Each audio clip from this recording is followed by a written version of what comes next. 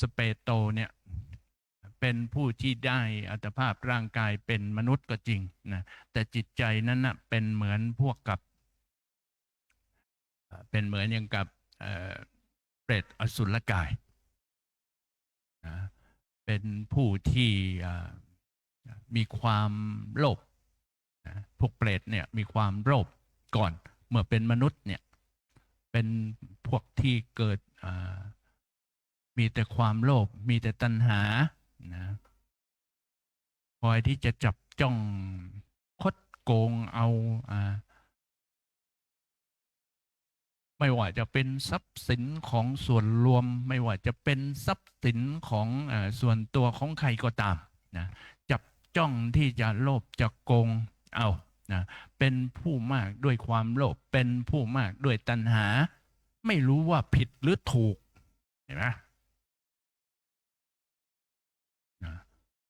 ผมจะเอาอย่างเดียวกูจะเอาอย่างเดียวนะไม่รู้ว่าผิดหรือถูกละเป็นผู้ที่มากไปด้วยความโลภมากไปด้วยตัณหานะปล้นจี้ฉกชิงวิ่งราวนะโลภเอาทรัพย์สินของผู้อื่นมาเป็นของตนนะมนุษย์สเปโตนี่นะมีนิสัยอย่างนั้นบอกว่ามีอัตภาพร่างกายเป็นมนุษย์แต่เพียงร่างกายแต่จิตใจเนี่ยเป็นเหมือนเปรตอสุรกายมากไปด้วยความโลภมากไปด้วยตัณหาปล้นฆ่าฉกชิงวิ่งราวโลภเอาทรัพย์สินของผู้อื่นมาเป็นของตนไม่รู้ว่ามันผิดหรือถูกอ่ะยิ่งนักขี้โกงนักคอร์รัปชันเนี่ยโอ้แน่นอนต้องไปเกิดเป็นมนุษย์สเปโตแน่นะจึงเหมือนนิสัยจึงเหมือนกับพวกเปรตอสุรกายนะด้วยผลแห่งกรรมนั้นซึ่งถือปฏิบัติพรั่งพร้อมถึงที่แล้วตายไปย่อมเข้าถึงอบายไปเกิดในอบายนะทุกขติวินิบาตนรกนะทุกทรมานจากขุมนรกแล้วนะต้องเกิดอยู่ในขุมนรกก่อนแล้วกรรมหนักนี่ก็เกิดในมหานรกขุมที่มีโทษหนักที่สุดพ้นจากขุมนรกแล้ว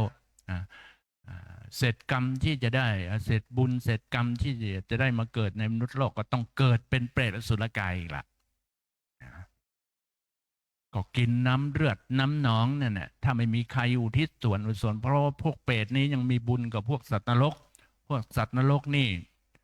เสวยแต่พวกบุญบาปกรรมที่ตนได้ทำเอาไว้อะไรเป็นภิกษาอาหารพวกสัตว์นรกนะก็คือโดนทำโทษอยู่ตลอดเห็นไหมแต่พวกเปรตอสุรกายนี่ยังมีหมู่ญาติที่จะอุทิศส่วนอานิสงส์ผลบุญไปให้ถึงจะได้กินอาหารอันเป็นทิพย์นะถ้าไม่มีใครอุทิศส่วนอานิสงส์ผลบุญไปให้แล้วนั่นน่ะก็จะกินแต่น้ำเลือดน้ำหนองเห็นไหมน้ำลายน้ำมูกของตนเองนั้นนะเป็นภิกษาอาหารพวกเปรตอสุรกายแล้วนะองค์สมเด็จพระสัมมาสัมพุทธเจ้าจึงขนานนามมนุษย์เหล่านี้ว่าเป็นมนุษย์สเปโตคือมีอัตภาพเป็นมนุษย์เฉพาะร่างกายเท่านั้นเป็นมนุษย์แต่จิตใจเนี่ยเป็นคนขี้โลภขี้โกงเหมือนพวกเปรตอสุรกายจึงได้ขนานนามว่ามนุษย์สเปโตนะเป็นมนุษย์พวกที่สองมนุษย์พวกที่สามก็คือมนุษย์ติละฉาโนมาอีกแล้วมนุษย์ติละฉาโนดังที่กล่าวไปนะว่าเศษบุญที่จะได้เกิดในมนุษย์โลกเนี่ยก็จะต้องเกิดเป็นสัตว์เดรัจฉานซะก่อนเป็นหมูหมากาไก่เป็นอาหารของมนุษย์ธรรมดาก่อนหรือจะเกิดเป็นหนอนในห้องน้ำก็ได้เห็นไหมก็บอกแล้วว่าถ้าได้เกิดเป็นสัตว์เดรัจฉานเนี่ยโอกาสที่จะประกอบบุญทำบุญนะมีน้อยที่สุดนะมีแต่จะก่อกรรมชั่วเท่านั้นนะจนกว่าบุญอานิสงส์ที่ตน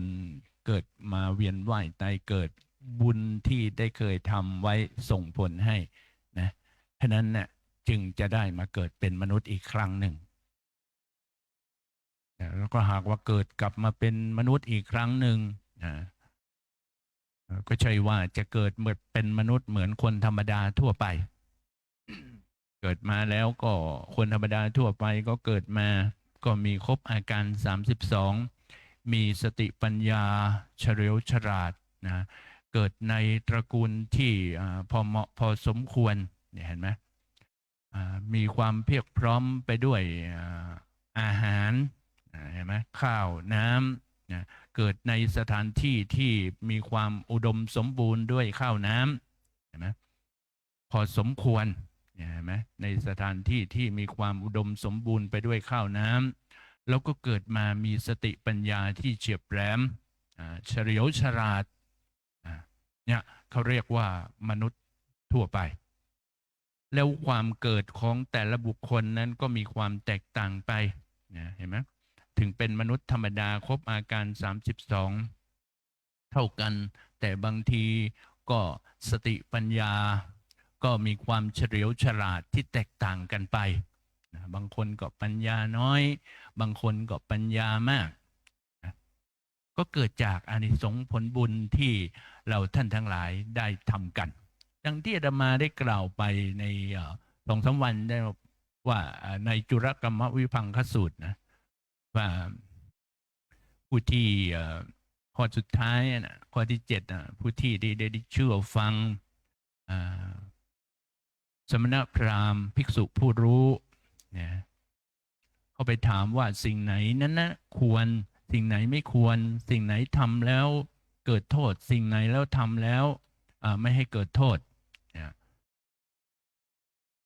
สิ่งไหนทำแล้วก่อให้เกิดประโยชน์เกื้อกูล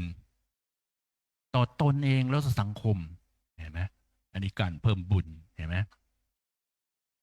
ตลอดกาลนานทีเนี้ยนั่นน่ะผู้นั้นน่ะก็จะมีปัญญาที่เฉลียวฉลาดแต่หากว่าผู้ใดที่เกิดความดื้อรั้นนะเองนะไม่เชื่อไม่ฟังนะสมณะและพราหมณ์ผู้รู้ภิกษุผู้รู้นะที่คอยแนะนำให้ว่าสิ่งนี้ควรสิ่งนี้ไม่ควรสิ่งนี้ก่อให้เกิดประโยชน์และสิ่งนี้ไม่ก่อให้เกิดประโยชน์สิ่งนี้ทำแล้วเกิดโทษไม่เกิดโทษอย่างเงี้ยนะไม่เชื่อไม่ฟังดื้อรั้นนะก็เกิดทุกภพทุกชาติองค์สมเด็จพระสัมมาสัมพุทธเจ้าตรัสไว้ในจุลกรรมวิพังคสูตรว่าในพระสุตตันตปิฎกเล่มที่14ว่าก็จะเป็นคนที่ด้อยด้วยปัญญาก็ไม่ทันเขาอะเห็นไหมคิดอะไรก็ไม่ทันเขาคนที่มากด้วยปัญญามันก็เหมือนคนเราปกติทั่วไปนี่แหละคิดอะไรก็เทียบก็ทันเขาเราก็ไม่ต้องอะไรมากก็คือเทียบทันเขาก็พอแล้วไม่ต้องฉลาดกว่าใครก็ได้ความเป็นจริงก็ทำไมก็คิดอย่างเนี้ยคนทั่วไปเขาอยู่กันยังไงเราก็อยู่อย่างนั้นนะอันนี้มันก็จะเป็นประโยชน์กับตัวเราเองได้นะถ้าไปถึงมนุษย์ติรชาโนก็หมายถึงผู้ที่เกิดมาก็ได้อัตภาพร่างกายเท่านั้นเป็นมนุษย์นะแต่จิตใจเนี่ยเป็นเหมือนพวกสัตว์เดรัจฉานเดรัจฉานเขาก็เป็นยังไงก็อย่างที่มาว่าไปเมื่อกี้เนี่ยไม่รู้จักที่จะประกอบประโยชน์บุญละไม่ได้ไม่สามารถที่จะประกอบประโยชน์คุณความดีให้เกิดขึ้นได้เพราะไม่รู้ว่าอะไรบุญอะไรบาปใช่ไหมก็จะเกิดมีนิสัยที่เป็นคนขวางศีลขวางธรรมพระพุทธเจ้าสอนว่าศีลเนี้ยละเว้นจากความชั่ว5 ประการเนี้ยเป็นสิ่งที่ดีควรทำนะเขาก็ขวางคำว่าเขาขวางนี้ก็คือทำกับตาลปัดจากที่องค์สมเด็จพระสัมมาสัมพุทธเจ้าได้ตรัสสอนเอาไว้เรียกว่าขวางศีลขวางธรรมก็เหมือนกันนะก็ถ้าขวางธรรมอย่างเช่นกุศลกรรมบท10เนี่ยท่านให้เว้นจากกายกรรม3เว้นจาก วจีกรรมสี่แล้วก็มโนกรรมสามสิ่งที่เป็นทุจริตกรรมนะให้เว้นไม่ให้ทำนะก็ทำตรงกันข้ามที่องค์สมเด็จพระสัมมาสัมพุทธเจ้าได้ตรัสสอนเอาไว้นี่เรียกว่าเป็นคนขวางศีลขวางธรรมทั้งศีลนั่นบอกว่าเป็นการละเว้นจากการทำความชั่วแต่บอกว่าทำแล้วดีนะอันนี้เราก็ขวางศีลแล้วนะบอกว่าฆ่าสัตว์ไม่ดีนะหรือว่าฆ่าสัตว์นี่เราลองมานึกถึงตัวเองเรากลัวเจ็บกลัวตายอย่างไรนะคนอื่นเขาก็กลัวตายอย่างนั้นกลัวเจ็บอย่างนั้นความทุกข์ทรมานไม่ว่าทางกายหรือด้านจิตใจเห็นไหมเขินทำนะก็สะใจที่เห็นคนอื่นได้รับความทุกข์ทรมานอย่างเงี้ยนะเขาเรียกว่าขวางศีลขวางธรรมนะเป็นผู้ที่ไม่รู้จักบาปบุญคุณโทษนะเป็นผู้ไม่รู้จักบุญคุณใครนะไม่รู้จักบุญคุณมารดาบิดาไม่รู้จักคุณครูบาอาจารย์นะเป็นผู้ที่ไม่ตั้งอยู่ในศีลในธรรมเห็นไหมด้วยผลแห่งกรรมนั้นนะถึงสื่อปฏิบัติพังพร้อมถึงที่แล้วตายไปย่อมเข้าถึงอบายทุกขติวิธิบาตนรกนะพ้นจากขุมนรกแล้วก็เหมือนเดิมเนี่ยก็จะต้องได้เกิดเป็นเปรตอสุรกายได้รับความทุกข์ทรมานจากมหานรกก่อนว่าโทษมีแค่ไหนพ้นจากขุมนรกแล้วก็จะได้มาเกิดในมนุษย์โลกก็ต้องผ่านการเป็นเปรตอสุรกายซะก่อนนะเป็นเปรตอสุรกายแล้วยังไม่พอเศษบุญที่ตนได้ทำเรียกว่าเศษนะที่จะได้มาเกิดในมนุษย์โลกก็เกิดเป็นสัตว์เดรัจฉานซะอีกยังไม่พอถ้าเกิดเป็นมนุษย์เศษบุญอีกแหละหากจะได้เกิดเป็นมนุษย์ก็จะเกิดเป็นคนปัญญาอ่อนเห็นไหมเป็นคนพิการบ้าใบกว่าจะได้เป็นมนุษย์ปกติเหมือนอย่างเราธรรมดาอย่างนั้นอย่างที่ว่าองค์สมเด็จตรัสสอนภิกษุทั้งหลายองค์สมเด็จพระสัมมาสัมพุทธเจ้าตรัสสอนภิกษุทั้งหลายว่าท่านอย่าประมาทเลยภิกษุนะสัตว์ที่จะไปเกิดในภพอื่นนั่นนะก็มีมหาอบายภูมิเนี้ยมหานรกเป็นต้นอย่างเงี้ยมีมากเท่าแผ่นดินเท่าฝุ่นในแผ่นดินปฐพีเลยเห็นไหมและสัตว์ที่จะกลับมาเกิดเป็นมนุษย์โลกเนี่ยได้ประกอบบุญอีกเหมือนปกติมนุษย์ธรรมดาเนี่ยเท่ากับเศษฝุ่นธุรีที่ติดในหน้าขาเล็บของเราเท่านั้นนะภิกษุทั้งหลายเธอทั้งหลายอย่าประมาทเลยนั้นองค์สมเด็จพระสัมมาสัมพุทธเจ้าจึงขนานนามสัตว์พวกนี้พวกมนุษย์ติรชาโนคือได้อัตภาพเป็นมนุษย์เฉพาะร่างกายเนี่ยแต่จิตใจเป็นเหมือนสัตว์เดรัจฉานขวางศีลขวางธรรมไม่รู้จักบุญคุณคนไม่รู้จักบุญคุณของพ่อแม่ครูบาอาจารย์ไม่ตั้งอยู่ในศีลในธรรมพระองค์จึงขนานนามว่ามนุษย์ติราชาโนนะก็คือได้อัตภาพเป็นมนุษย์เฉพาะร่างกายเท่านั้นแต่จิตใจนั้นเป็นเหมือนอย่างสัตว์เดรัจฉานนั่นเองมนุษย์ประเภทที่สี่ก็คือมนุษย์สภูโตมนุษย์สภูโตนี่เป็นผู้ที่ตั้งอยู่ในศีลในธรรมนะได้อัตภาพเป็นมนุษย์ร่างกายเป็นมนุษย์ก็มีบุคลิกลักษณะที่ครบดีอาการ32สง่างามนะแถมอุปนิสัยก็เป็นผู้ที่รักษาศีลห้าไม่ประมาทนะด้วยการบำเพ็ญศีลรักษาศีลตั้งอยู่ในศีลในธรรมนะละเว้นจากการทำความชั่วทุกประการนะเป็นเรียกว่าเป็นมนุษยธรรมพระองค์สมเด็จพระสัมมาสัมพุทธเจ้าตรัสเรียกว่ามนุษยธรรม คือเป็นผู้ที่ตั้งใจที่จะบำเพ็ญศีลรักษาศีลนะเพราะกลัวว่าจะขาดความมีคุณธรรมในความเป็นมนุษย์นะเขาก็รักษาศีลไว้อย่างเคร่งครัดเท่ากับชีวิตของตัวเองเลยนะดังนั้นนะถ้าผิดศีลก็เท่ากับชีวิตของตัวเองนั้นขาดไปด้วยก็เรียกว่าพระองค์จึงขนานนามนี้ว่ามนุษย์สภูโตนะคือเป็นมนุษย์แท้มนุษย์ที่บำเพ็ญศีลรักษาศีลมีคุณธรรมจริยธรรมดีนะคุณธรรมก็คือการบำเพ็ญศีลรักษาศีลจริยธรรมก็คือทำ5ประการเป็นต้นหรือกุศลกรรมบท10นั่นนะรักษาไว้อย่างดีนั่นเองเรียกว่าจริยธรรมคุณธรรมจริยธรรมนะองค์จึงตรัสเรียกว่าเป็นมนุษย์สภูโตคือเป็นมนุษย์แท้มนุษย์ผู้ที่ปกติทั่วไปเหมือนกับเรานะสุดท้ายก็ประเภทที่5อันได้แก่มนุษย์เทโวมนุษย์เทโวก็ได้อัตภาพกายเป็นมนุษย์นะแต่จิตใจนั้นเป็นดุจดั่งเทวดานะ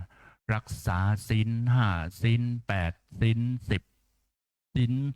227ศีล311มนุษย์เทโว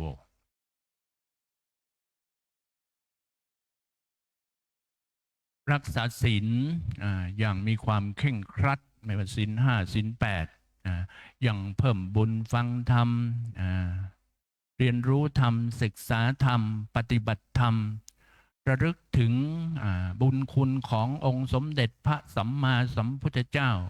ระลึกถึงคุณของพระธรรมของพระรัตนตรัยคือพระพุทธพระธรรมพระสงฆ์โดยการเช้ามาก็มาสาธยาย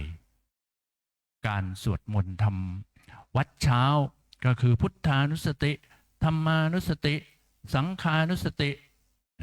พุทธานุสติก็ระลึกถึงคุณความดีที่องค์สมเด็จพระสัมมาสัมพุทธเจ้าได้ประกอบเอาไว้ทำเอาไว้สร้างเอาไว้เพื่อพุทธศาสนิกชนทั่วโลกจะได้อยู่ร่วมกันอย่างผาสุกลมเย็นพระองค์นั้นเสียสละทุกอย่างนี่คือพระพุทธเจ้าในคุณขององค์สมเด็จพระสัมมาสัมพุทธเจ้านะก็สาธยายในพุทธานุสตินะเดี๋ยวเราก็จะต้องสาธยายกันละพอถึงเวลาเหลือมนุษย์เทโวนะก็เวลาก็17 นาฬิกาใกล้จะ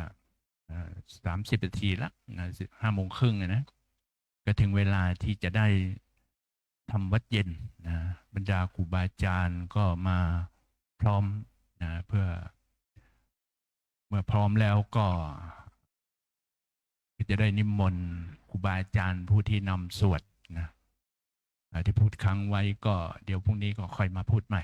นะมนุษย์เทโวติดไว้ก่อนนะครับก็ขอนิมนต์กราบขอบพระคุณนำสวดเป็นในเมตตาธรรมของท่านพระอาจารย์พระมหาธีรชัยทัตตสิริปริยนธรรม9 ประโยคให้ข้อคิดให้ธรรมะแก่พวกเราก่อนที่จะเข้าสู่การทำวัดเย็นนะครับเมตตาธรรมในท่านพระอาจารย์ด้วยนะครับสำหรับต่อไปก็จะได้เข้าสู่การทำวัดเย็นครับนิมนต์ครับสมควรแก่เวลานิมนต์พระภิกษุสงฆ์เจริญพรในคีโยจีคุกเข่าขาพระพร้อมกัน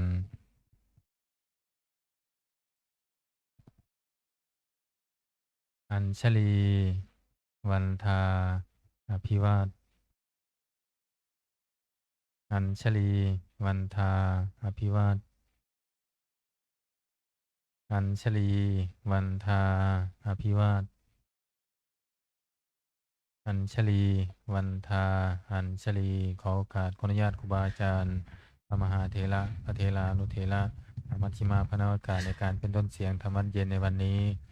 เปิดหนังสือสวดมนต์แปลเล่มใหญ่ไปที่หน้า 1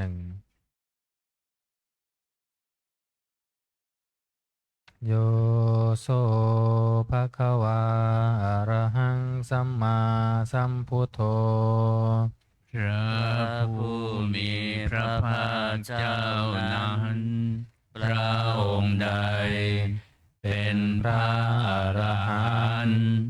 ดับเพลิงกิเลสเพลิงทุกข์สิ้นเชิงตรัสรู้ชอบได้โดยพระองค์เองสวากขาโต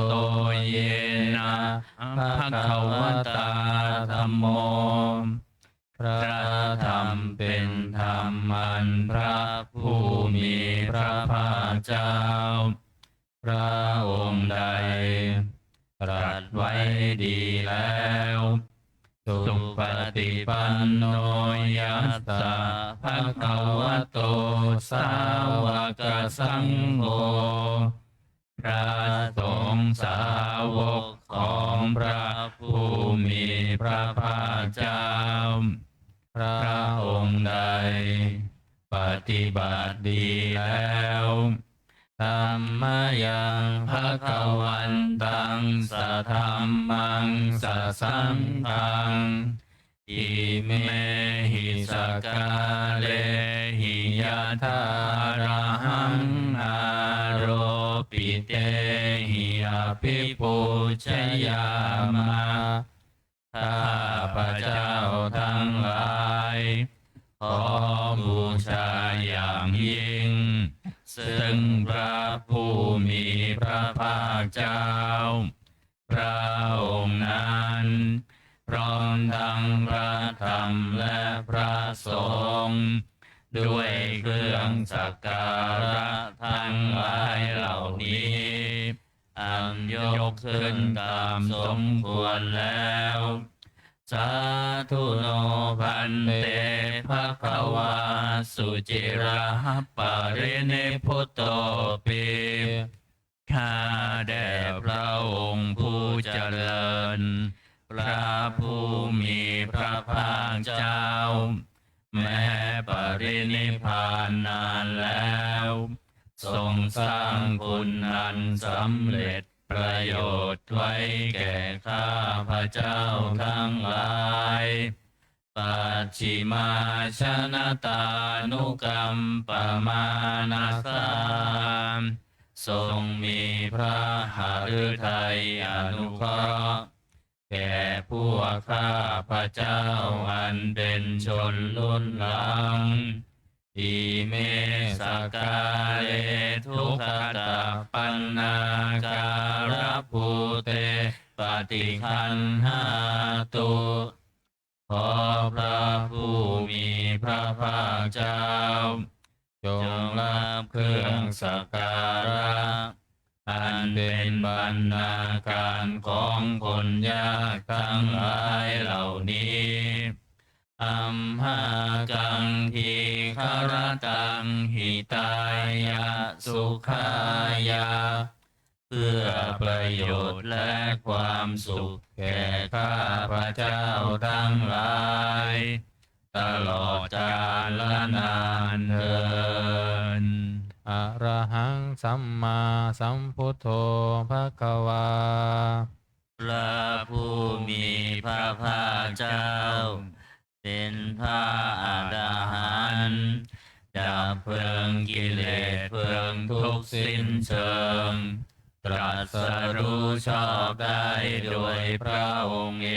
งพุทธังภคะวันตังอภิวาเทมิข้าพระเจ้าอภิวาทพระผู้มีพระภาคเจ้าผู้รู้ผู้ตื่นผู้เบิกบานสวากขาโตภะคะวะตาธัมโมพระธรรมเป็นธรรมที่พระผู้มีพระภาคเจ้าตรัสไว้ดีแล้วธัมมังนามัสสามิข้าพระเจ้านมัสการพระธรรม สุปฏิปันโนภะ ภะ คะ คะ วะ วะ โต โต สา สาว ก ก สั สั ง ง โฆ โฆพระสงฆ์สาวกของพระผู้มีพระภาคเจ้า ปฏิบัติดีแล้ว สังฆังนามามิ ข้าพระเจ้านอบน้อมรับสงฆ์ อันตมยังพุทธัสสะภะคะวะโตบุพพาคณามการังกโรมาเส นะโมตัสสะภะคะวะโต ขอนอบน้อมแด่พระผู้มีพระภาคเจ้า พระองค์นั้นอะระหะโต ซึ่งเป็นผู้ไกลจากกิเลส สัมมาสัมพุทธัสสะ ตรัสรู้ชอบได้โดยพระองค์เอง นะโมตัสสะภะคะวะโต ขอนอบน้อมแด่พระผู้มีพระภาคเจ้า พระองค์นั้นอะระหะโต ซึ่งเป็นผู้ไกลจากกิเลส สัมมาสัมพุทธัสสะ ตรัสรู้ชอบได้โดยพระองค์เอง นะโมตัสสะภะคะวะโต ขอนอบน้อมแด่พระผู้มีพระภาคเจ้า พระองค์นั้นอะระหะโต ซึ่งเป็นผู้ไกลจากกิเลส สัมมาสัมพุทธัสสะ ตรัสรู้ชอบได้โดยพระองค์เอง เปิดหนังสือไปที่หน้า19ธรรมวัดเย็น อันตมยังพุทธานุสตินายังกโรมาเส ตังโฆปนาภะคะวันตังเอวังกัลยาโนกิตติสัพโตอะภุคโตก็กิตติศัพท์อันงามของพระผู้มีพระภาคเจ้า ได้ฟุ้งไปแล้วอย่างนี้ว่า อิติปิโสภะคะวา เพราะเหตุอย่างนี้อย่างนี้ พระผู้มีพระภาคเจ้านั้นอาละหัง เป็นผู้ไกลจากกิเลส สัมมาสัมพุทโธ เป็นผู้ตรัสรู้ชอบได้โดยพระองค์เอง วิชาจารณะสัมปันโน เป็นผู้ถึงพร้อมด้วยวิชาและจารณะ สุขโต เป็นผู้ไปแล้วด้วยดี โลกวิทู เป็นผู้รู้โลกอย่างแจ่มแจ้ง อนุตตโลปุริสธรรมสารถิ เป็นผู้สามารถฝึกบุรุษที่สมควรฝึกได้ อย่างไม่มีใครยิ่งกว่า สัทธาเทวมนุษย์สานัง เป็นครูผู้สอนของเทวดาและมนุษย์ทั้งหลาย พุทโธ เป็นผู้รู้ผู้ตื่นผู้เบิกบานด้วยธรรม ภควาติ เป็นผู้มีความจำเริญจำแนกธรรมสั่งสอนสัตว์ดังนี้ อันตมยังพุทธาภิกิติงกโรมาเส พุทธวาระหันตวาลตาทิคุณาพิโยโต พระพุทธเจ้าประกอบด้วยคุณ มีความประเสริฐแห่งอรหันตคุณเป็นต้น สุทธาพิยานกรุณาหิสมาคตโต พระองค์อันประกอบด้วยพระญาณและพระกรุณาอันบริสุทธิ์ โพเทสิโยสุชนะตังกัมรังวสุโร พระองค์ใดทรงกระทำชนที่ดีให้เบิกบานดุจอาทิตย์ทำบัวให้บาน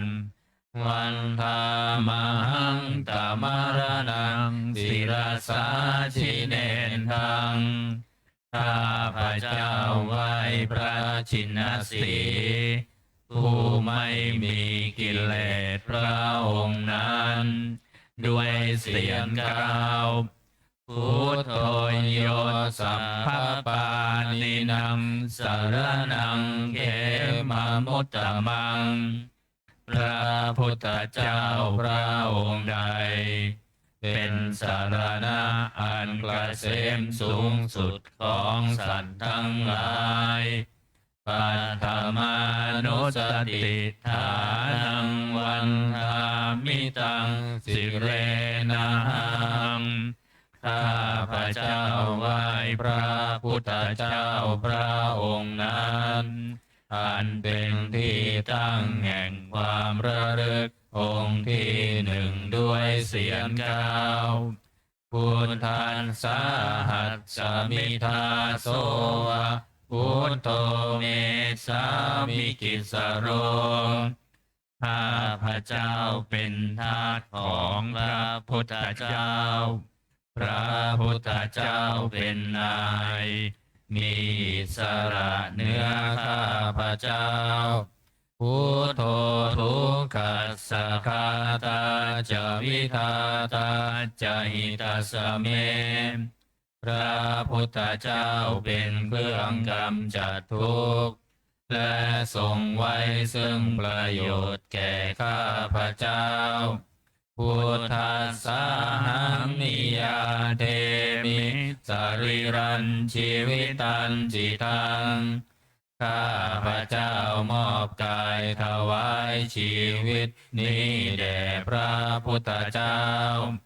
วันทันโตหังจาริสามิพุทธัสเสวะสุโพธิตังข้าพระเจ้าผู้ไหวอยู่จากประพฤติตามซึ่งความตรัสรู้ดีของพระพุทธเจ้านัตถิเมสารนังอัญญังพุทโธเมสารนังวรังสารณะอื่นของข้าพระเจ้าไม่มีพระพุทธเจ้าเป็นสารณะอันประเสริฐของข้าพระเจ้าเอเตนะสัจจวัชเชนะวัตไตยังสัทธุสาสเนด้วยการกล่าวคำสัตย์นี้ข้าพระเจ้าพึงเจริญในพระศาสนาของพระศาสดาพุทธังเมวันธมาเนนะยังปุญญังปัสสุตังอิตาข้าพระเจ้าผู้ไหวอยู่ซึ่งพระพุทธเจ้าได้ขวนขวายบุญใดในบัดนี้สัพเพติอันตรายาเมมาเอสุตัสสะเตชัสสาอันตรายทั้งปวงอย่าได้มีแก่ข้าพระเจ้าด้วยเดชแห่งบุญนั้นกายเยนะวาจายวะเจตสาวา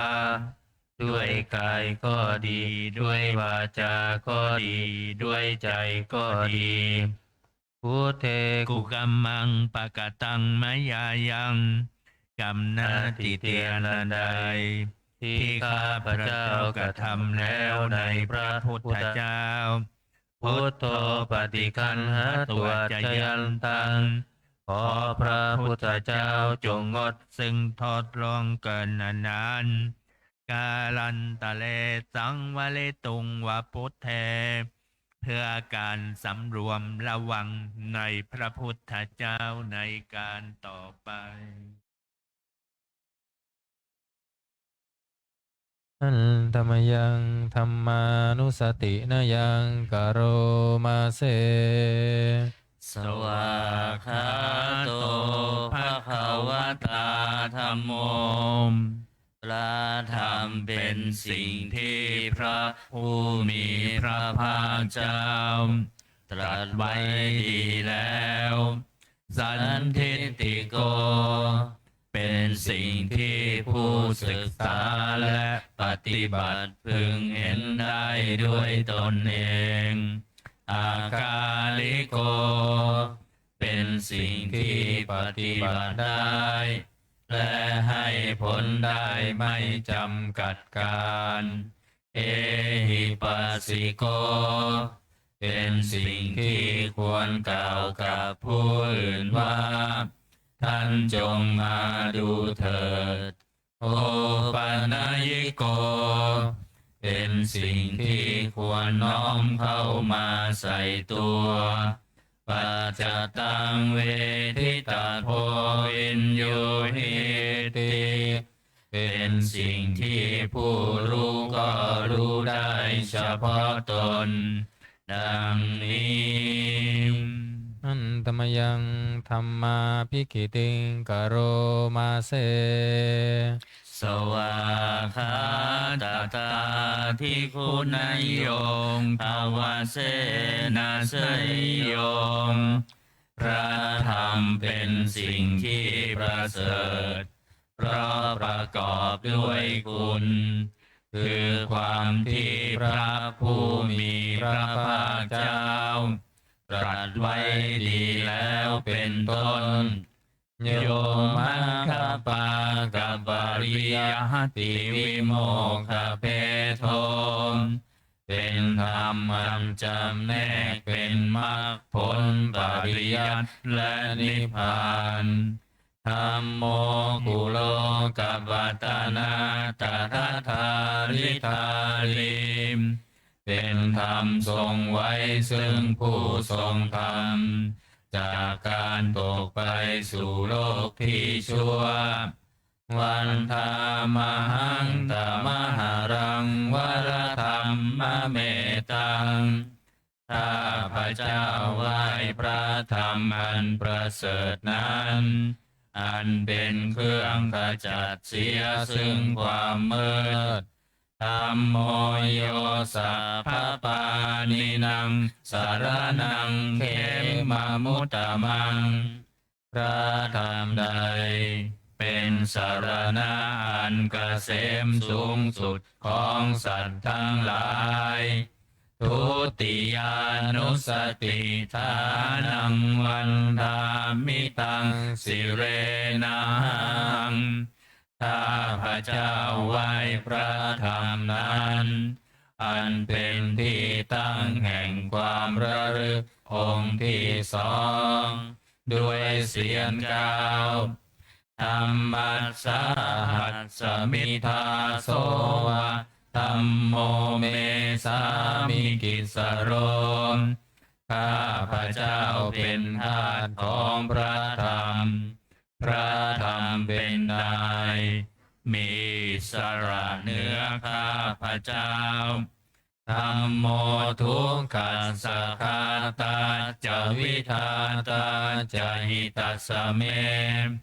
พระธรรมเป็นเครื่องกำจัดทุกข์และทรงไว้ซึ่งประโยชน์แก่ข้าพระเจ้าธัมมัสสะหังนิยาเทมิสริรันชีวิตันจิตังข้าพระเจ้ามอบกายถวายชีวิตนี้แด่พระธรรมวันทันโตหังจริสามิธรรมัสเสวะสุธรรมตังข้าพระเจ้าผู้ไหวอยู่จากประพฤติตาม ซึ่งความเป็นธรรมดีของพระธรรมนาติเมสารนังอัญญังธัมโมเมสารนังวรังสารณะอื่นของข้าพเจ้าไม่มีพระธรรมเป็นสารณะอันประเสริฐของข้าพเจ้าเอเต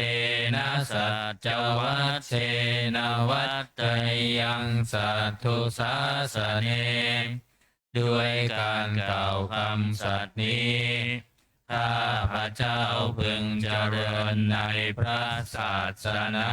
ของพระศาสดาธัมมังเมวันธมาเนนะยังปุญญังปัสสุตังอิทาข้าพระเจ้าผู้ไหวอยู่ซึ่งพระธรรมได้ขวนขวายบุญใดในบัดนี้สามเพปิอันตรายาเมมาเอสุงตัสสะเตชะสามอันตรายทั้งปวงอย่าได้มีแก่ข้าพระเจ้าด้วยเดชแห่งบุญนั้นกายเยนะวาจายวะเจตสาวาด้วยกายก็ดีด้วยวาจาก็ดีด้วยใจก็ดีธัมเมกุกัมมังปะกะทังมยายังกรรมหน้าติเตียนใดที่ข้าพระเจ้ากระทำแล้วในพระธรรมธัมโมปฏิคันหะตัวจยันตังขอพระธรรมจงงดซึ่งโทษล่วงเกินนั้นกาลันตะเรสังวริตุงวัฏเมเพื่อการสำรวมระวังในพระธรรมในการต่อไปอันตมยังสังขานุสตินายังกโรมาเสสุปฏิปันโนภะคะวะโตสาวกสังโฆสงฆ์สาวกของพระผู้มีพระภาคเจ้าปฏิบัติดีแล้วอุชุปฏิปันโนภะคะวะโตสาวกสังโฆสงฆ์สาวกของพระผู้มีพระภาคเจ้าปฏิบัติตรงแล้วยายะปฏิปันโนภะคะวะโตสาวกสังโฆสงฆ์สาวกของพระผู้มีพระภาคเจ้าปฏิบัติเพื่อรู้ธรรมเป็นเครื่องออกจากทุกข์แล้วสามีจิปฏิปันโนภะคะวะโตสาวกสังโฆสงฆ์สาวกของพระผู้มีพระภาคเจ้าปฏิบัติสมควรแล้วยะทิทางได้แก่บุคคลเหล่านี้คือจัตตาริปุริสยุคานิอัตถาปุริสบุคคลาผู้แห่งบุรุษสี่คู่นับเรียงตัวบุรุษได้8บุรุษเอสะภะคะวะโตสาวกสังโฆนั่นแหละสงฆ์สาวกของพระผู้มีพระภาคเจ้าอาหุนายโยเป็นสมควรแก่สักการะที่เขานำมาบูชาปาหุนายโยเป็นสมควรแก่สักการะที่เขาจัดไว้ต้อนรับทักขินายโยเป็นผู้ควรรับทักษิณาทานอัญชรีการนิโยเป็นผู้ที่บุคคลทั่วไปควรทำอัญชรีอนุตตรังปุญญเกตังโลกัสส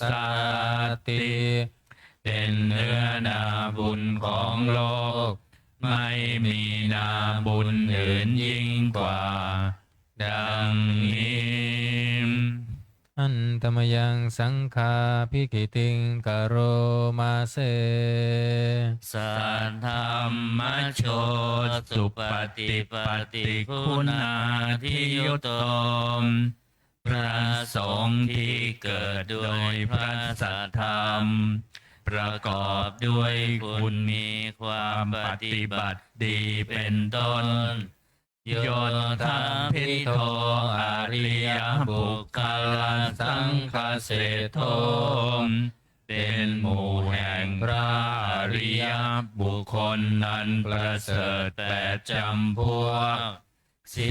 ราทิธรรมปวราสยกายจิตโตมีกายและจิตนั้นอาศัยธรรมมีศีลเป็นต้นนันบวรวันธามหังตมริยานักนังสุทังข้าพระเจ้าไหว้หมู่แห่งพระอริยเจ้าเหล่านั้นอันบริสุทธิ์ด้วยดีสังโฆโยสัพพปานินังสารนังเขมมุตตมังพระสงฆ์หมู่ใดเป็นสารณะอันเกษมสูงสุดของสัตว์ทั้งหลายตติยานุสติทานังวันทามิตังสิเรนังข้าพระเจ้าไหว้พระสงฆ์หมู่นั้นอันเป็นที่ตั้งแห่งความระลึกองค์ที่สามด้วยเสียงกล่าวสังฆัสสาหันสมิทาโสวะสังโฆเมสามิกิสโรข้าพระเจ้าเป็นทาสของพระสงฆ์พระสงฆ์เป็นนายมีอิสระเหนือข้าพระเจ้าทั้งโพทุกขัสสะคาตาจวิทาตาจหิตาสเมพระสงฆ์เป็นเครื่องกำจัดทุกข์และทรงไว้ซึ่งประโยชน์แก่ข้าพระเจ้าสังฆัสสาหังนิยาเทมิสริรันชีวิตันจิตังข้าพระเจ้ามอบกายถวายชีวิตนี้แด่พระสงฆ์วันทันโตหังจริสามิสังฆโสปฏิปันนตังข้าพระเจ้าผู้ไว้อยู่จากประพฤติตามซึ่งความปฏิบัติดีของพระสงฆ์นาทิเมสารนังอัญญังสังโฆเมสารนังวรังสารณะอื่นของข้าพระเจ้าไม่มีพระสงฆ์เป็นสารณะอันประเสริฐของข้าพระเจ้าเอเตนะสัจจวัจเจนวัตไตยังสัตถุสาสเนด้วยการกล่าวคำสัตย์นี้ข้าพระเจ้าพึงเจริญในพระศาสนาของพระศาสดาสังฆังเมวันธมาเนนะยังบุญยังปัสสุตังอิทาข้าพระเจ้าผู้ไหว้อยู่ซึ่งพระสงฆ์ได้ขวัญขวายบุญใดในบัดนี้สัพเพปิอันตรายาเมมาเหสุงตัสสะเตชะสามอันตรายทั้งปวงอย่าได้มีแก่ข้าพระเจ้า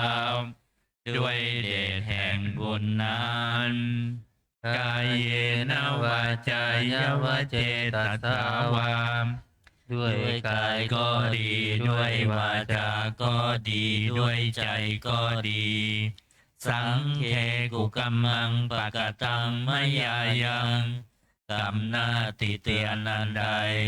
ที่ข้าพเจ้ากระทำแล้วในพระสงฆ์สังโฆปฏิคันหตุอาจยันตังขอพระสงฆ์จงงดซึ่งโทษล่วงเกินอันนั้นกาลันตะเลสังวลิตุงวสังเคเพื่อการสำรวมระวังในพระสงฆ์ในการต่อไป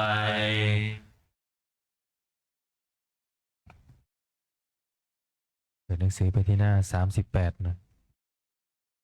โอวาทปาติโมกข์อันตมยังโอวาทปาติโมกขคาทายโยพนามาเสสัพพะปาปัสสะอาการนังการไม่ทำบาปทั้งปวงกุศลสุปสัมปทาการทำกุศลให้ถึงพร้อมสัจจิตาปริโยทปานังการชำระจิตของตนให้ขาวรอบเอตังพุทธานาสาสนังทำสามอย่างนี้เป็นคำสั่งสอนของพระพุทธเจ้าทั้งหลายขันติปรมังตโปติติฆาขันติคือความอดกลั้นเป็นธรรมเครื่องเผากิเลสอย่างยิ่งนิพพานังปรมังวทันติพุทธาผู้รู้ทั้งหลายกล่าวพระนิพพานว่าเป็นธรรมมันยิ่งนาหิปภาชิโตปรูปคาติผู้กำจัดสัตว์อื่นอยู่ไม่ชื่อว่าเป็นบรรพชิตเลยสามโนโหติปรังวิเหทยันโตผู้ทำสัตว์อื่นให้ลำบากอยู่ไม่ชื่อว่าเป็นสมณะเลยอนุปวาโทอนุปคาโตการไม่พูดร้ายการไม่ทำร้ายปาติโมกเขจะสังวโลมการสำรวมในปาติโมกข์มาตัญยุตาจะพัตตันสมิงความเป็นผู้รู้ประมาณในการบริโภคปันตัญจะสยนาสนังการนอนการนั่งในที่อันสงัดอาทิจิตเตจายโยโคว่ามันประกอบในการทำจิตให้ยิ่งเอตังพุทธานาสาสนังทำ6อย่างนี้เป็นคำสั่งสอนของพระพุทธเจ้าทั้งหลายเปิดมาหน้า27อันตมยังอติตาปัจเจเวคณาปาทังพนามาเสอาชมยาปะจเวคิตวายังจีวรังปริพุตังชีวรใดอันเรานุ่งห่มแล้วไม่ทันพิจารณาในวันนี้ตังยาวะเทวสีตัสสะปฏิฆาตายะจีวรนั้นเรานุ่งห่มแล้วเพียงเพื่อบำบัดความหนาวอุณหัสสะปฏิฆาตายะเพื่อบำบัดความร้อนดังสมกัสสวาตาตัปปสิริงสัมปสัมผัสสานังปฏิฆาตายะเพื่อบำบัดสัมผัสอันเกิดจากเหลือบยุงลมแดดและสัตว์เลื้อยคลานทั้งหลายยาวะเทวะหิริโกปินัปปฏิชาธนาธรรมและเพียงเพื่อปกปิดอวัยวะอันให้เกิดความละอาย อาชามายาหัมปัญจเวงคินดาวายโยปินทปาโตปริพุตโตบินทบาทใดอันเราฉันแล้วไม่ทันพิจารณาในวันนี้โสเนวันทวายาบิณฑบาตนั้นเราฉันแล้ว ไม่ใช่เป็นไปเพื่อความเพลิดเพลินสนุกสนานนามาทายาไม่ใช่เป็นไปเพื่อความเมามันเกิดกำลังพลังทางกายนามันดานายาไม่ใช่เป็นไปเพื่อประดับนาวิภูสนายาไม่ใช่เป็นไปเพื่อตกแต่งยาวะเทวะอิมัสสกายสัทธิติยาแต่ให้เป็นไปเพื่อความตั้งอยู่ได้แห่งกายนี้ยาปนายาเพื่อความเป็นไปได้ของอัตภาพวิหิงสุปรติยาเพื่อความสิ้นไปแห่งความลำบากทางกายพระมจาริยานุคายาเพื่ออนุเคราะห์แก่การประพฤติพรหมจรรย์อิติปุรานันจะเวทนังปฏิหังคามิด้วยการทำอย่างนี้เราย่อมระงับเสียได้ซึ่งทุกขเวทนาเก่าคือความหิวนาวันจะเวทนังนาอุปาเทสามิ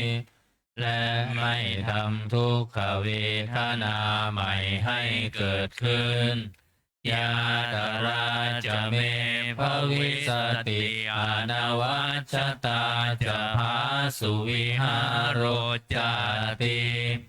อันหนึ่งความเป็นไปโดยสะดวกแห่งอัตภาพนี้ด้วยความเป็นผู้หาโทษมิได้ด้วยและความเป็นอยู่โดยพาสุขด้วยจะมีแก่เราดังนี้อาชามายาปัจเจเวกิตวายังเสนาสนังปริพุตังเสนาสนะใดเราใช้สอยแล้วไม่ทันพิจารณาในวันนี้ตังยาวะเทวะสิตัสสะปฏิฆาตายาเสนาสนะนั้นเราใช้สอยแล้วเพียงเพื่อบำบัดความหนาวอุณหัสสะปฏิฆาตายาเพื่อบำบัดความร้อนดังธรรมกัสสวาตาตัมปะสิริงสัมปะสัมผัสสานังปฏิฆาตายาเพื่อบำบัดสัมผัสอันเกิดจากเหลือบยุงลมแดดและสัตว์เลื้อยคลานทั้งหลายยาวะเทวะอุตุปริสยวิโนทนังปฏิสัลลานารามาทังเพียงเพื่อบรรเทาอันตรายอันพึงมีจากดินฟ้าอากาศและเพื่อความเป็นผู้ยินดีอยู่ได้ในที่หลีกเล่นสำหรับภาวนาอาชามายาหันปัญจเวคิตวายโยกิลานะปัจจยเพสัญชาปริคาโรปริพุตโตกิลานะเพสันบริขารใดอันเราบริโภคแล้วไม่ทันพิจารณาในวันนี้โสยาวะเทวะอุปันนานังเวยาปาติกานังเวทนานังปฏิฆาตายากิลานาเพสันบริขารนั้น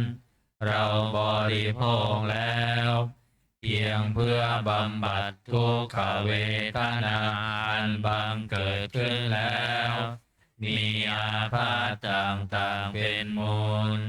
อาพยาปชาปรมาตายาติเพื่อความเป็นผู้ไม่มีโรคเบียดเบียนเป็นอย่างยิ่งดังนี้อันตมยังอุทิศนาทิธานาคาทายโยพนามาเสอิมินาปุญญกรรมเมนาด้วยบุญนี้อุทิศให้อุปชายาคุณุตตราอุปชาผู้เลิศคุณอาจาริยุปการาจาและอาจารย์ผู้เกื้อหนุนมาตาปิตาจยาตกาทั้งพ่อแม่และปวงญาติสุริโยจันทิมาราชาสุนจันทร์และราชาผู้นาวันตานราปิจา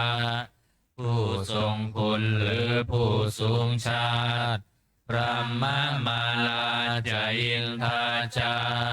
พรหมานและอินทราชโลกปาลาจเทวตาทั้งถวยเทพและโลกบาลยะโมมิตามนุสาจายมมาราชมนุษย์มิตรมัชฌตาเวริกาปิจาผู้เป็นกลางผู้จ้องผ่านสัพเพสัตตาสุขีหนตุขอให้เป็นสุขสารทุกทั่วหน้าอย่าทุกข์ทนปุญญานิปกตานิเม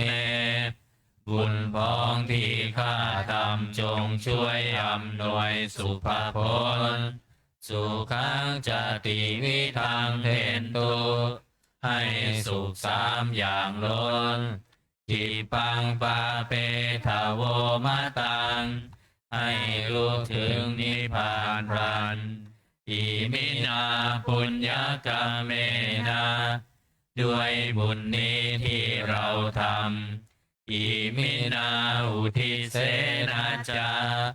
และอุทิศให้ปวงสัตว์อิมปาหังสุรเพเจวา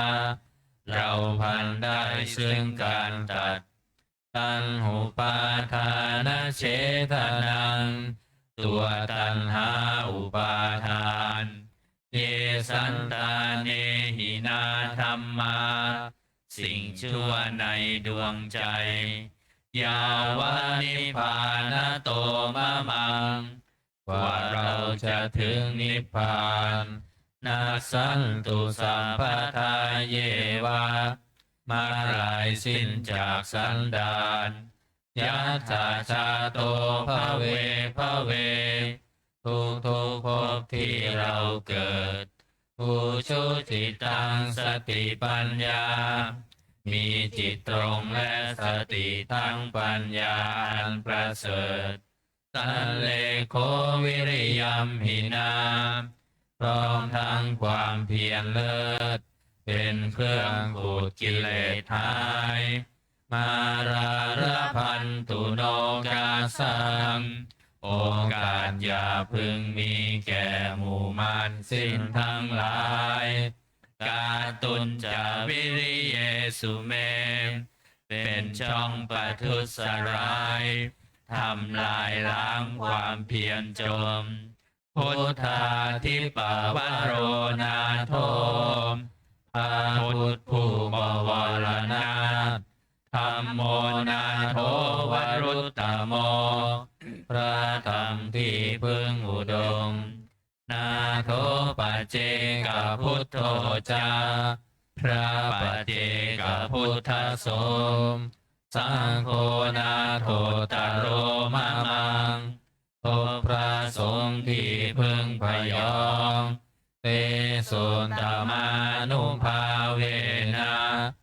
ด้วยอนุภาพนั้น มาโลกาสังละพันตุมาขอ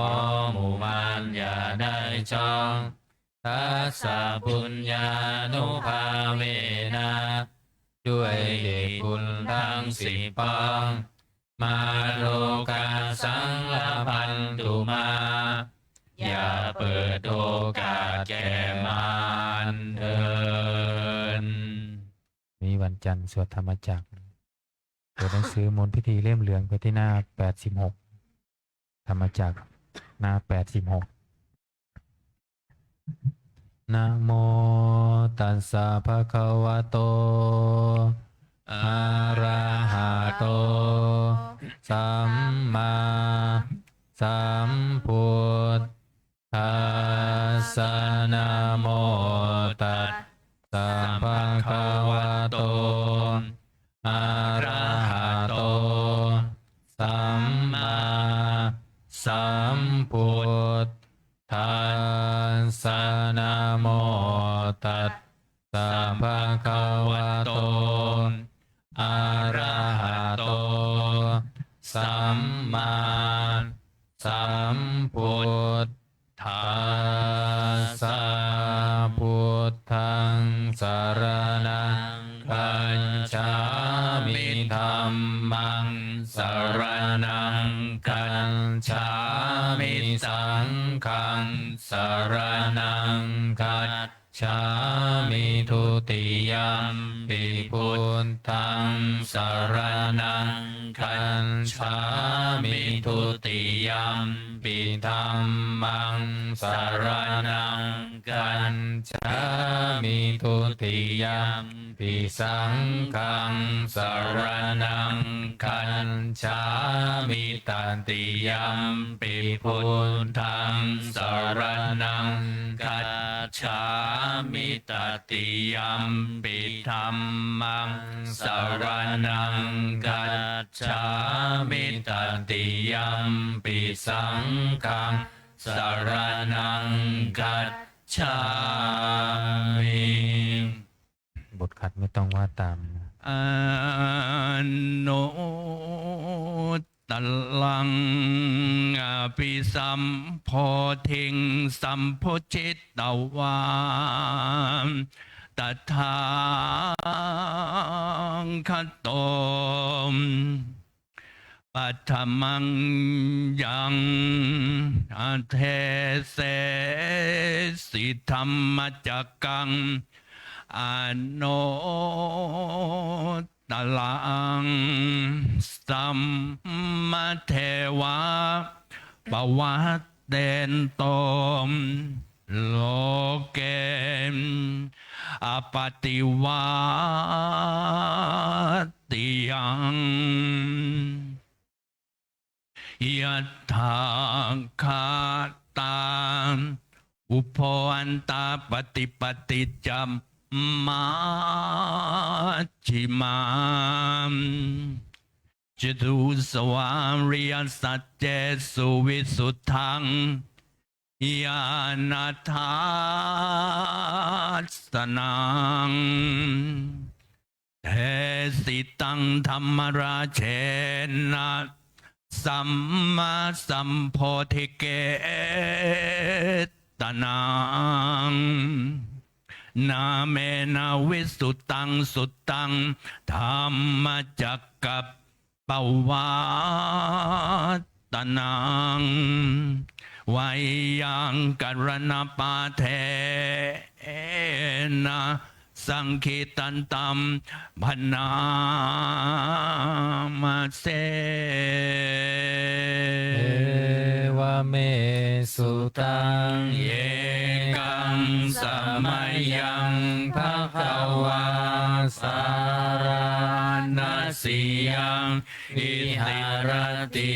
สิปตะเนมิคาทาเยตัตระโคภะคะวาปัญจวัคคีเยภิกขุอามันเตสิทาเวเมภิกขเวอันตาปะ พชิเตนานาเสวิตาพายโยจายังกาเมสุกามาสุขันลิกานุโยโคอิโนคัมโมปุถุชนิโกอนาริโยอนันทสันหิโตโยจายังอัตตกิลมัฏฐานุโยโคทุกโขอนาริโยอนันทสันหิโตเอเตเตภิกขเวอุมโพอันเตอนุปคัมมามัชฌิมาปฏิปทาตถาคเตนะอภิสัมพุทธาจักขุกรณียานการณีอุปสัมมายะอภิญญายะสัมโพธายะนิพพานายะสังวาตติกันตมาจะสาภิกขเวมัชฌิมาปฏิปทาตถาคเตนะอภิสัมพุทธาจักขุกรณียานการณีอุปสัมมายะอภิญญายะสัมโพธายะนิพพานายะสังวันตติยายะเมวะอริโยอัตถังคิโกมังโคไสยทิธังสัมมาทิฏฐิสัมมาสังกัปโปสัมมาวาจาสัมมากัมมันโตสัมมาชีโวสัมมาวายาโมสัมมาสติสัมมาสมาธิอายังโคสาภิกขเวมัชฌิมาปฏิปทาตถาคเต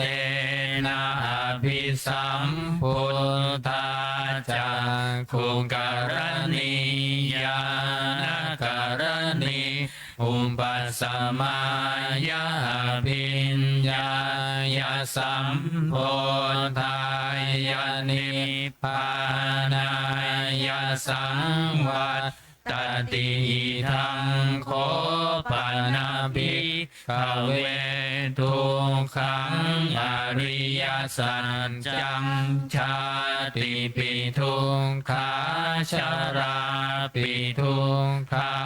มรณะปิทุกขังโสกปริเทวัทุกขโทมานัสสุปายาสาปิทุกขาปิเยหิสัมปโยโคทุกโคปิเยหิวิมปโยโคทุกโคยัมปิชังนาลปฏิตัมปิทุกขังสังขิเตนะปัญจุปาทานังขันธาทุกขาอิทังโคปนาภิกขเวทุกขสมุทัยโย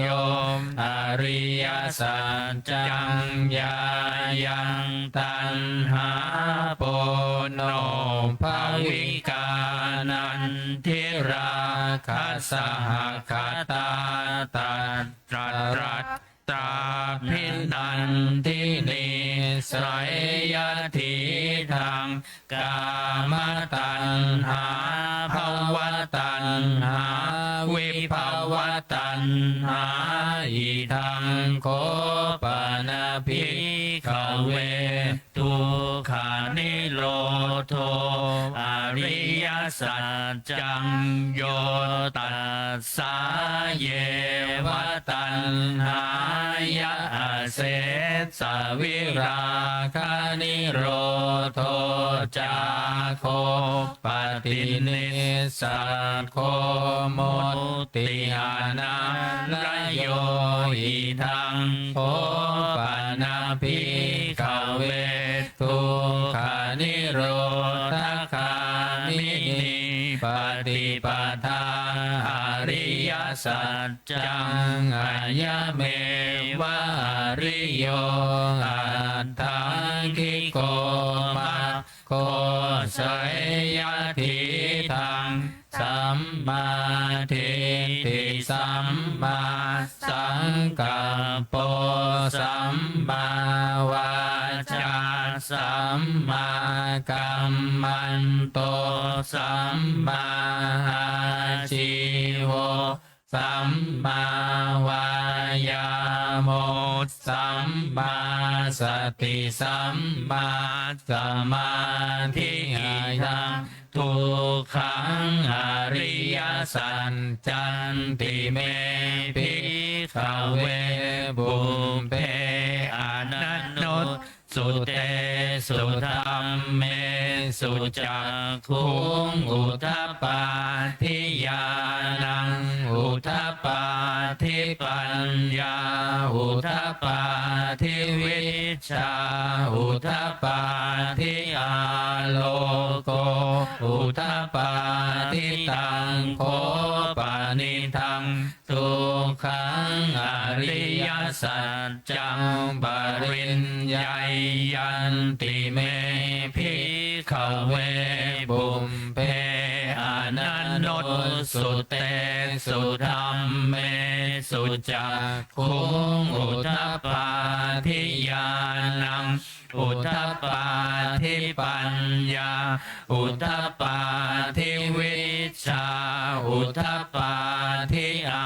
โลโกอุทธัปปาทิตังโคปานิทังทุกขังอริยสัจจังปริญญาตันติเม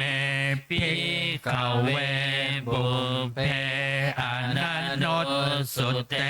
สุธรรมเมสุจักขุงอุทธัปปาทิญาณังอุทธัปปาทิปัญญา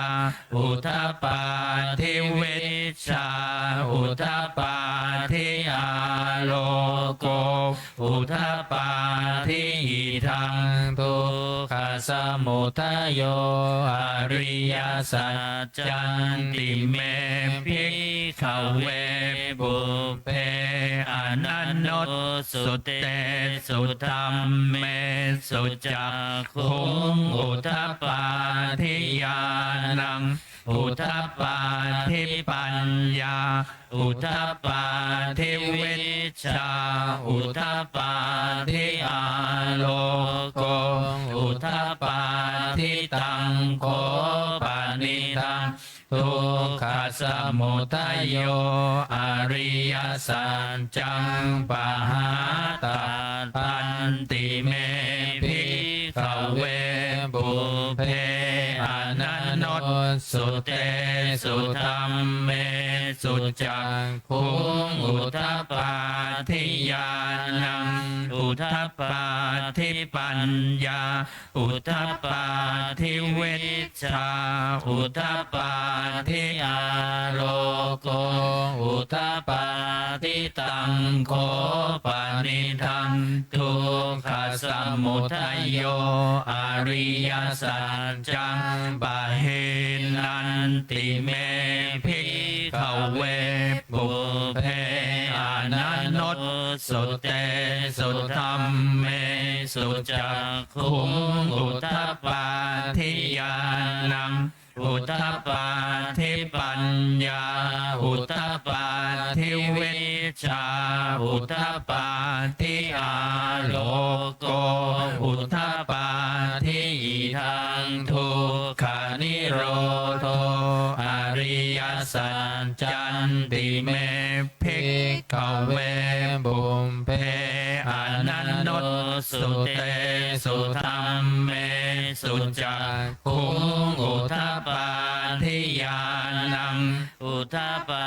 ทิปั ปั ญ ญญาอุทธปาทิวิชาอุทธปาทิอาโลโกอุทธปาทิตังโคปานิทังทุกขานิโรโธอริยสัจจังสัจฉิกาตัดพันติเมภิกขเวปุมเปอนันโนสุเตสุธรรมเมสุจักขุงอุทธปาทิญาณังอุทธปาทิปัญญาอุทธปาทิวิชาอุทธปาทิอาโลโกอุทธปาทิตังโคปานิทังทุกขานิโรโธอริยสัจจังสัจฉิกตันติเมภิกขเวปุมเพอนันโนสุเตสุธรรมเมสุจักขุงอุทธปาทิญาณังอุทธปาทิปัญญาอุทธปาทิวิชาอุทธปาทิอาโลโกอุทธปาทิทังทุกขานิโรธคามินิปฏิปทาอริยสัจจันติเมภิกขเวปุมเพอนันโนสุเตสุธรรมเมสุจักขุงอุทธปาทิญาณังอุทธปาทิปัญญาอุทธปาทิวิชาอุทธปาทิอาโลโกอุทธปาทิตังโคปานิทังทุกขานิโรธคามินิปฏิปทา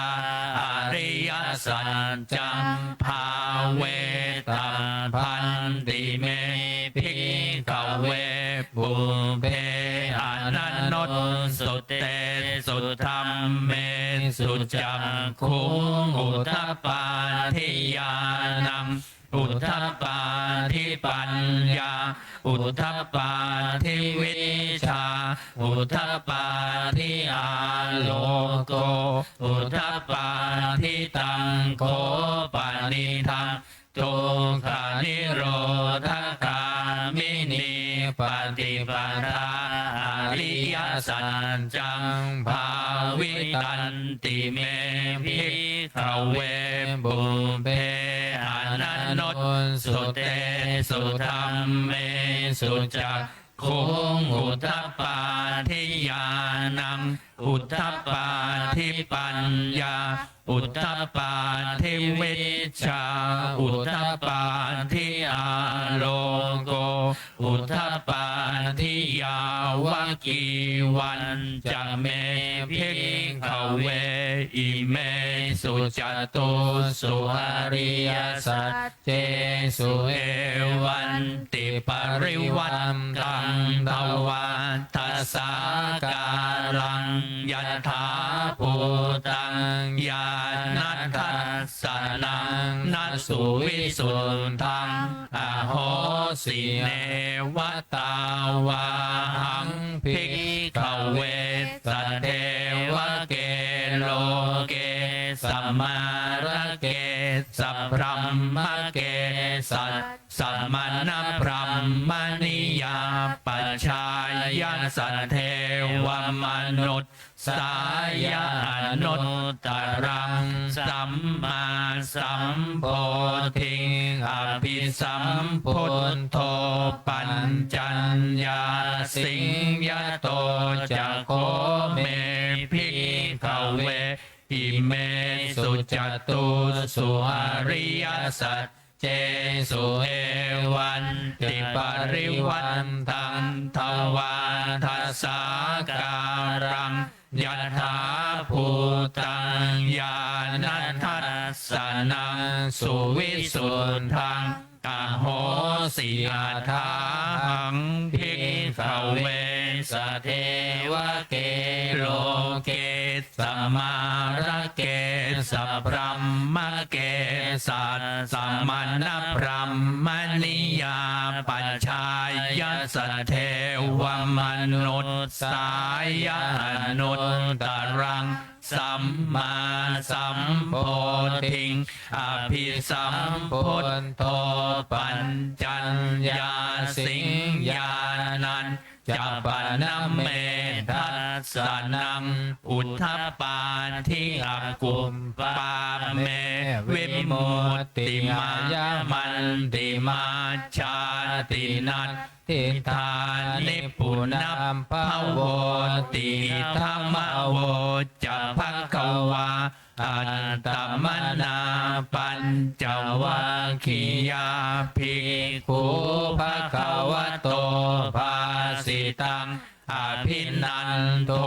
อิมัสสมินจะปนวัยยากรณัสสมิงพันยมาเนอายัสสมโตโกดัญญัสสวิรชังวีตมลังธรรมจักขุงอุทธปาทิยังกินติสมุทัยธรรมังสัพพันตังนิโรธธรรมันติปวัตติเตจะภควตาธรรมจักเกภูมิมาเทวาสัตธรรมนุสสาเวสุงเอตัมภควตาปาลานัสสิยังอิสิปัตตเนมิขทาเยอนุตตรังธรรมจักกังปวัตติตังอัปปติวัตติยังสัมมเนนวาพรหมเนนวาเทเวนวามาเลนวาพรหมุนาวาเกนะจิวาโลกัสสมินติภูมิมานังเทวานังสัทธังสุนตวาจาตุมมหาราชิกาเทวาสัทธมนุษสาเวสุงจาตุมมหาราชิกานังเทวานังสัทธังสุตตวาตาวติงสาเทวาสัทธมนุษสาเวสุงตาวติงสานังเทวานังสัทธังสุตตวายามาเทวาสัทธมนุษสาเวสุงยามานังเทวานังสัทธังสุตตวาตุสิตาเทวาสัทธมนุษสาเวสุงตุสิตานังเทวานังสัทธังสุตตวานิมมานารติเทวาสัทธมนุษสาเวสุงนิมมานารตินังเทวานังสัทธัง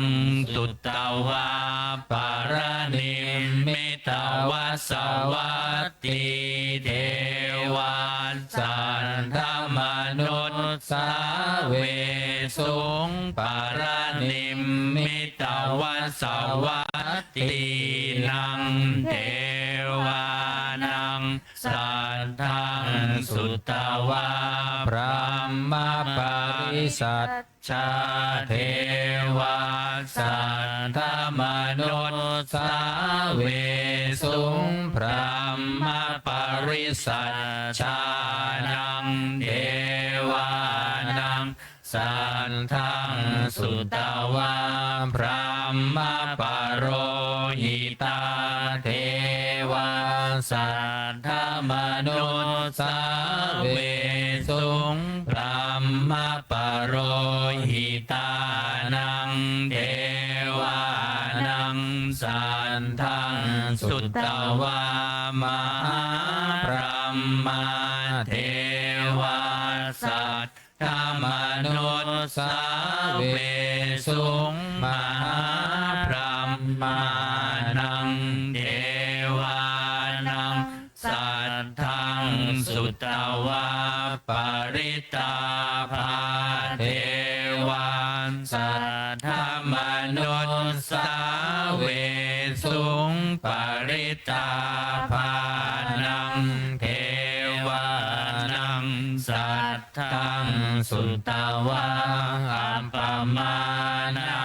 ภาเทวาสัทธมนุษสาเวสุงอัปปมานาภานังเทวานังสัทธังสุตตวาอาภัสราเทวาสัทธมนุษสาเวสุงอาภัสรานังเทวานังสัทธังสุตตวาปริตาสุภาเทวาสัทธมนุษสาเวสุงปริตาสุภานังเทวานังสัทธังสุตตวาอัปปมานาสุภาเทวาสัทธมนุษสาเวสุงอัปปมานาสุภานังเทวานังสัทธังสุตตวาสุภกินนาหากาเทวาสัทธมนุษสาเวสุงสุภกินนาหากานังเทวานังสัทธังสุตตวาเวหาภลาเทวาสัทธมนุษสาเวสุงเวหาภลานังเทวานังสัทธังสุตตวาอวิหาเทวาสัทธมนุษสาเวสุงอวิหานังเทวานังสัทธังสุตตวาอัตตปาเทวาสัทธมนุษสาเวสุงอัตตปานังเทวานังสัทธังสุตตวาสุทัสสาเทวาสัทธมนุษสาเวสุงสุทัสสานังเทวานังสัทธังสุตตวาสุทัสสีเทวาสัทธมนุษสาเวสุงสุทัสสีนังเทวานังสัทธังสุตตวาอากานิทากาเทวาสัทธมนุษสาเวสุงเอตัมภะคะวะตาภาลานัสสิยังอิสิปตะเนมิขทาเยอนุตตรังธัมมจักกังปวันติตังธัมปฏิวัติยังสามเณรวาพรหมเณรวาเทเวนาวามาเรนาวาพรหมุนาวาเกนะจิวาโลกัสสมินติอิติหะเตนะคาเนนะเตนะโมหุเตนะยาวะพรห มมโลกาสัตโตอาพุทธัจฉิอายัญจะทัสสะสหัสสีโลกาธาตุสังกัมปิสัมปะกัมปิสัมปะเวทิหังปะมาโนจะโอลาโรโอภาโสโลเกปาตุระโหสิอติกัมเมวะเทวานังเทวานุภา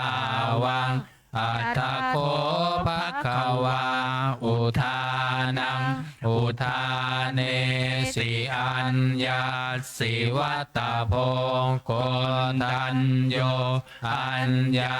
สิวัตตโพโกตัญโยติติหิทังอาญาสมะโตโกนทัญญาสัญญาโกนทัญโยตเววานามังอาโหสิติภวันตุสัพพมังคารังลักขันตุสัพพเทวตาสัมภพุทธานุภาเวนัสสัทธาโสทิภวันตุเตภวันตุสัพพมังคารังลักขันตุสัพพเทวตาสัพพะธรรมานุภาเวนัสสัทธาโสทิภวันตุเตภวันตุสัพพมังคารังลักขันตุสัพพะเทวตาสัพพะสังฆานุภาเวนัสสัทธาโสทิภวันตุเตต่อไปจะได้เจริญจิตตภาวนาทำสมาธิสักครู่แล้วแผ่เมตตาพร้อมกัน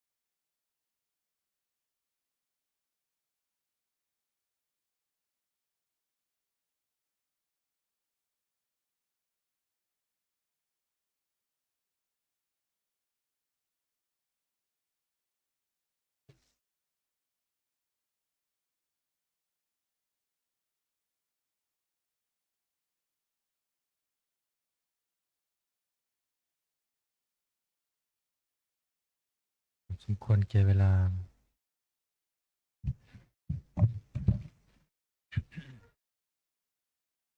ตัวคนน้าอุทิศบุญกุศลแผ่เมตตาพร้อมกัน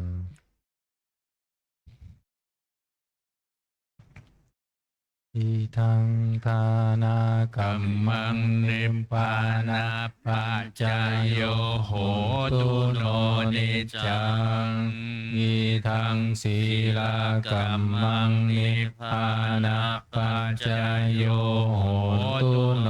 นิจจังอิทังภาวนากรรมังนิพพานาปัจจายโยโหตุโนนิจจังยังกินจิกุสาลังกัตตัมพังกัมมังสัพเพหิอัมเหหิกาตังปุญญังโนอนุโมทันตุสุนันตุพนโตเยเทวาอัสสมิงทาเนอาทิคาตาดิคายุงกาสันตาหนตุสัมเปสันตาสุขีอันตานังปริหารันตุมาตาปิตาสุขีตาหนตุทุกขาปามุญจันตุสัมเพยาดากาสุขีตาหนตุทุกขาปามุญจันตุสัมเพอายาดากาสุขิตาหนตุทุกขาปามุญจันตุสัมเพปิสาสัพเพยัคขาสัพเพเปตาสุขิตาหนตุทุกขาปามุญจันตุสัมเพนัคขตาสุขิตาหนตุทุกขาปามุญจันตุสัมเพเทวาสุขิตาหนตุทุกขาปามุญจันตุสัมเพอาจาริโยปัจจายาสุขิตาหนตุทุกขาปามุญจันตุสัมปัสสัมปันติโยสามิชันตุโวคุกเข่าอันทาดวงพร้อมกัน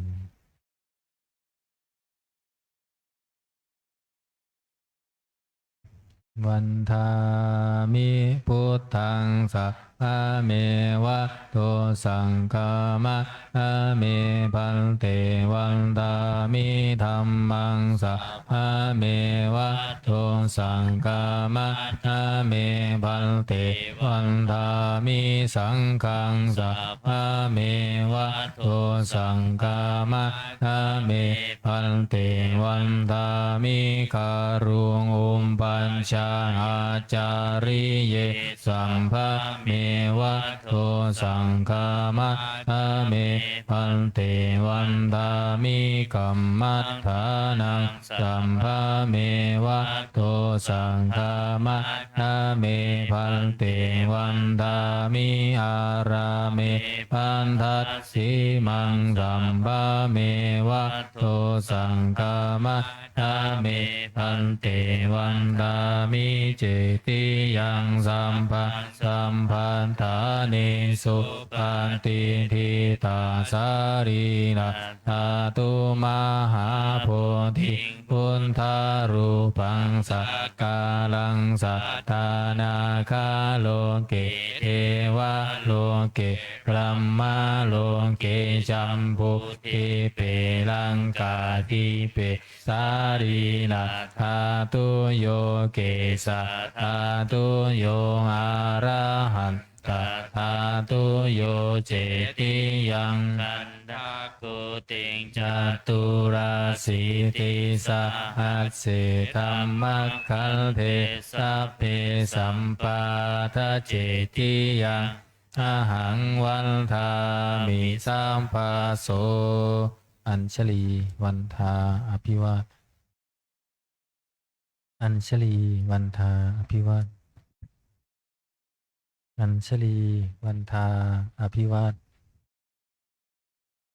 อัญชลีวันทาอัญชลีก้มหมอบวันทาน้อยพร้อมกัน สาธุวันทามิพันเตสัพพังอปาราตะกามัตถเมพันเตมยากตังปุญญังสามินาอนุโมทิตาพังสา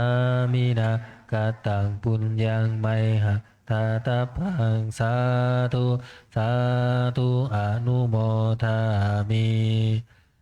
อัญชลีวันทาอภิวาทอัญชลีวันทาอภิวาทอัญชลีวันทาอภิวาทอัญชลีวันทาอัญชลีกราบลาพระรัตนตรัยพร้อมกันอะระหังสัมมาสัมพุทโธภะคะวาพุทธังภะคะวันตังอภิวาเทมิสวากขาโตภะคะวะตาธัมโมธัมมังนามัสสามิสุปฏิปันโนภะคะวะโตสาวกสังโฆสังฆังนามามิ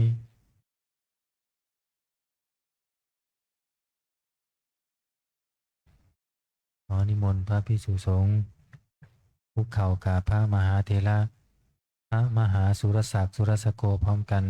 อัญชลีวันทาภิวาทอัญชลีวันทาอภิวาทอัญชลีวันทาอภิวาท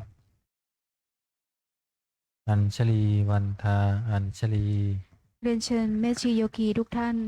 น้อมกราบพระอาจารย์ พระมหาสุรศักดิ์สุรสโกพร้อมกันค่ะ อัญชลีวันทาอภิวาทอัญชลีวันทาอภิวาทอัญชลีวันทาอภิวาทอัญชลีวันทาอัญชลี ยัตตารโอธรรมาวัฏันติอายุวันโนสุขังพลัง สาธุสาธุสาธุ โยคีชายช่วยเก็บอัสนะด้วยนะครับ ค่ะสำหรับโยโคหญิงนะคะช่วยกันปิดประตูหน้าต่างเก็บอัสนะให้เรียบร้อยนะคะเก็บหนังสือสวดมนต์ให้เรียบร้อย แล้วก็โยคีทุกท่านไปปฏิบัติรวมกันที่ชั้นใต้ดินห้องรับพระกรรมฐานนะคะ